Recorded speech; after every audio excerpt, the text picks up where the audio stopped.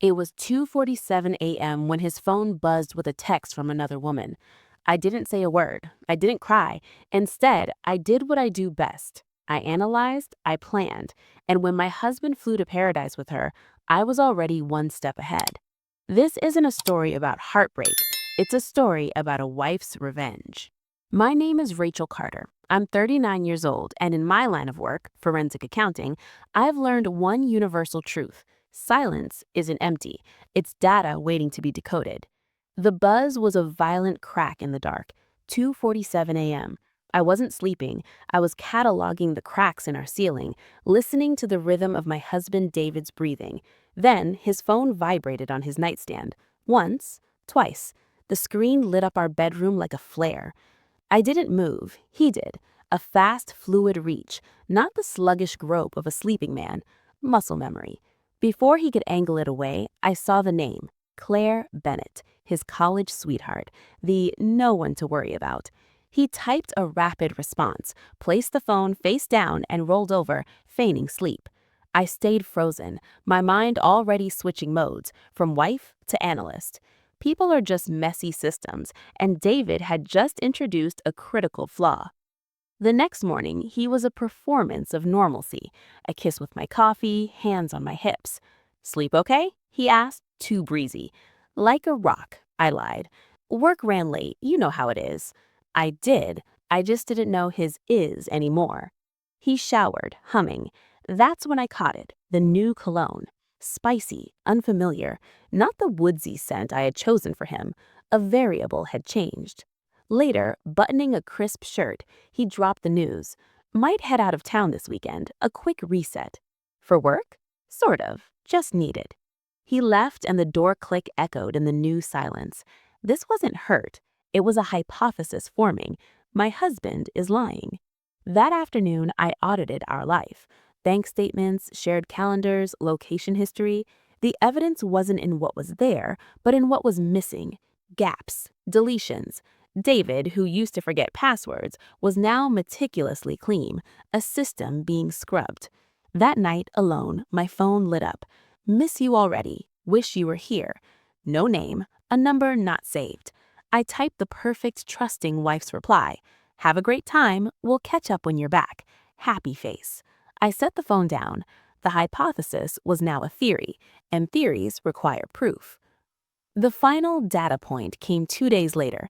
A conference, maybe Miami or Fort Lauderdale. He fumbled. "We've been married 12 years. I know the cadence of his truth. Lies stumble over geography." I found it quietly, a pending charge on a shared account. Not for Florida, for a luxury adults-only resort in the Bahamas, a networking trip to paradise. The night before his flight, he packed with a precision that was entirely foreign. "Do I need this many shirts?" he asked, holding up linen. "It depends on the agenda," I said, watching him. "Just long days of meetings." He hugged me at the airport curb. "I'll miss you." "I'll miss you too," I said, both of us tasting the ash in the words. I watched him walk into the terminal. Then I parked and followed. From behind a pillar, I saw the story rewrite itself. David, relaxed in clothes I didn't recognize, scanned the crowd. And then she appeared. Claire. A sundress, a radiant smile. They didn't kiss, they didn't need to. The way they fell into step, synced, intimate, was more damning than any embrace. I watched them hand over boarding passes to the same gate, to the same island fantasy. My heart didn't break, it crystallized. I pulled out my phone and scrolled past David's name. I found the number I needed. Ethan Sullivan, Claire's husband. He answered on the third ring. "Ethan, it's Rachel Carter, David's wife." A heavy pause. "Is everything okay?" "I think," I said, my voice calm. "You and I are missing the same piece of the puzzle. Are you free to talk?" The game was no longer theirs to play. Ethan Sullivan was already at the corner cafe with a cold espresso in front of him. He looks like a man braced for bad news. "Rachel," he said, standing stiffly, "you said we had a puzzle." "We do. When did Claire leave?" "A girls' weekend. Vegas," she said. "Why?" "David's at a conference in Miami, or so he claimed." I slid my phone across the table. The photos were clear. David and Claire at the airport, boarding together. Ethan stared, his face hardening into a mask. He let out a slow, controlled breath. The Bahamas. You know the resort? He opened his bag and pulled out a folded printout, a hotel confirmation, Atlantis, King Suite. He met my eyes. I've been compiling for a while. He had receipts, credit card statements, even a screenshot of a jewelry purchase that never made it to their home. This wasn't a shock to him, it was a confirmation. I don't want a screaming match, I said. I want the upper hand. What are you suggesting? That we don't wait for them to come home with their tan and their lies, that we meet them there, on our terms. Ethan didn't flinch. He simply checked his watch. There's a red-eye tonight. I can be on it. Same. We were an unlikely alliance, a forensic accountant and a quietly observant architect bound by the same betrayal. We didn't plan a dramatic confrontation. We planned presence. We landed in a blur of tropical heat and blinding sun. The resort was a monument to escapism. We checked in separately. My room overlooked the marina. His was 2 floors above. The first sighting was effortless. By the grand pool, there they were. David, holding 2 cocktails, leaning down to say something that made Claire throw her head back and laugh, a sound I remembered him coaxing from me a lifetime ago. Ethan's text buzzed. I see them. So do I replied. Let them get comfortable.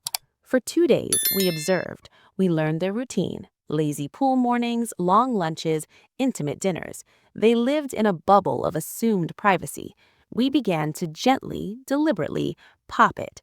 We didn't hide. We placed ourselves in their sightlines. Ethan and I at a poolside bar, sharing a laugh. A dinner at the same seafood grill, seated just close enough to be noticed. We never touched. We never even looked directly at them. But we were there, a persistent, unexplained glitch in their fantasy. I saw the first flicker of doubt on David's face during a cabana dinner. His eyes locked on me from across the terrace. Confusion, then a dawning cold recognition. He looked from me to Ethan, and the equation clicked in his head. His smile died. Claire noticed his shift. She followed his gaze, her confident posture deflated by a single inch. The seed of paranoia was planted. That night, from my balcony, I texted Ethan. They're unsettled. His reply was swift. Good. Tomorrow we escalate. Paranoia is a slow-acting poison. By the 3rd day, it was visibly coursing through them. Their relaxed body language was gone. David checked his phone constantly. Claire's laughter was now a nervous, glancing thing. Our escalation was psychological. We booked the couple's massage slot right after theirs. The spa walls were thin. As I lay there, I could hear David's muffled voice from the next room. Just trying to enjoy this, babe. Then, clearly, Ethan's voice, projected for their benefit. You know what's the best part of this trip? The clarity. No more walking on eggshells. A deafening silence followed from the other room. Later, by the Shark Tank aquarium, we accidentally crossed paths. Ethan and I were deep in a conversation about finalizing fresh starts and hiring the best divorce lawyers in the city. We passed within 3 feet of them. Claire went pale. David stared straight ahead, jaw pulsing. The final move was digital. Ethan, who had a modest but connected social media following from his architecture firm, posted a single sun-drenched photo. It was of us, from the back, looking out at the ocean at sunset. The caption was a masterclass in implication. Sometimes you find clarity in the most unexpected places. Grateful for new beginnings and a partner who values honesty above all. Hashtag turning the page, hashtag Bahamas breeze. He didn't tag anyone. He didn't need to. Mutual funds would see it. The algorithm would do the rest. We timed it for the peak of their farewell dinner at the resort's most romantic open-air restaurants. We sat at our own table, a calm island in the bustling room. They arrived, dressed for a celebration, but the tension was already there. Then Claire's phone, face up on the table, lit up with notification bubbles, likes, comments, shares on Ethan's post. She picked it up, her expression crumbling from confusion to horror. She showed David. He looked over at us, and the facade finally shattered. The rage, the panic, the utter shock, it all washed over him. He stood up so fast his chair screeched. He was coming over. The confrontation they'd flown to paradise to avoid was now walking toward them in linen and calm smiles. Ethan leaned toward me. Ready? I took a sip of water. I've been ready since 2:47 a.m. David stormed over, a hurricane of wounded ego. Claire trailed behind him, tears already streaking her mascara. "What the hell is this, Rachel?" David spat, his voice a low hiss meant for our table but carrying across the quieting restaurant. "Are you stalking me?" "Observing," I corrected coolly, setting down my glass. "There's a difference. You taught me that, David. Always check your data." His eyes darted to Ethan. "And you, what's your play here, Sullivan?" "My play," Ethan said, not rising from his seat, "ended when you started lying to my wife. Now it's just consequences." Claire found her voice, wobbly and pleading. "Ethan, please, this isn't what it looks like. We can talk about this at home." "Talk about what?" Ethan cut in. "The confirmed hotel booking, the matching flight itineraries, the girls' weekend that never was?" He shook his head. "The time for talking was before you got on the plane." David tried to shift gears, appealing to me with a performative softness. "Jasmine, Rachel, baby, let's go somewhere private. We can fix this." "There's nothing to fix," I said, my voice terrifyingly even. "The system is corrupt. The only logical move is to shut it down and rebuild a new one, without you in it." I pulled out my own phone, opening a folder. "I've already filed a motion for divorce. My lawyer has the financials, all of them, including the secret account you've been funding, the one you thought I didn't know about." The color drained from his face. That was the kill shot. You can't," he stammered. "I already have. You'll be served the papers the day you land." Ethan stood now, facing Claire. "My lawyer will be in touch. Don't come back to the house. Your things will be sent to your sisters." We had become an immovable wall of quiet resolution. Their fantasy of a secret, powerful love was evaporating in the face of cold, hard, prepared reality. They were left exposed in the candlelight, not as passionate lovers, but as clumsy, caught cheaters. We didn't wait for their next move. We stood, threw cash on the table, and walked out, together, but not touching, a united front of finality. The ride in the elevator was silent. When the doors opened on my floor, Ethan simply nodded. I nodded back. The alliance had served its purpose. Back in my room, I packed methodically. David's texts bombarded my phone, angry, pleading, bargaining. I silenced it. The only message I responded to was from my lawyer. "Papers are ready. All assets frozen as discussed. Well done." I looked at my wedding band, a symbol of a system that had failed. I slid it off and left it on the hotel nightstand, a tip for the housekeeper. A month later, I sat in the sunlit quiet of my new apartment. The divorce was proceeding with brutal efficiency. David, crippled by the prenup and the exposure of his hidden finances, had little room to negotiate. He got the car and his debt. I got the house, its equity, and my peace.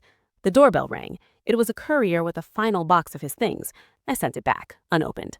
My life had been debugged. The faulty variable, David, had been removed. The silence in my home was no longer suspicious. It was peaceful. It was mine. I thought about that 2:47 a.m. text, the trigger event. It wasn't my tragedy. It was my system alert, and I had chosen to respond not with emotional panic, but logical, decisive action. I channeled the experience. I started a niche consultancy on the side, financial forensics for personal wellness, helping others, mostly women, untangle the financial webs of their own betrayals. Business was brisk. One afternoon, I saw a news alert on my phone. Even Sullivan's architecture firm landed a major sustainable city project. The article quoted him, "The best designs are built on foundations of integrity." I allowed myself a small, private smile. I never heard from Claire. David tried one last time, a rambling email about regrets and the person I used to be. I deleted it and blocked the address. Closure isn't something the other person gives you. It's a door you lock from the inside. Some stories end with forgiveness. Mine ended with forensic precision. I didn't just survive his betrayal. I reverse engineered it, used its code to build a smarter, stronger, uncompromisingly authentic life. And me? I'm just getting started.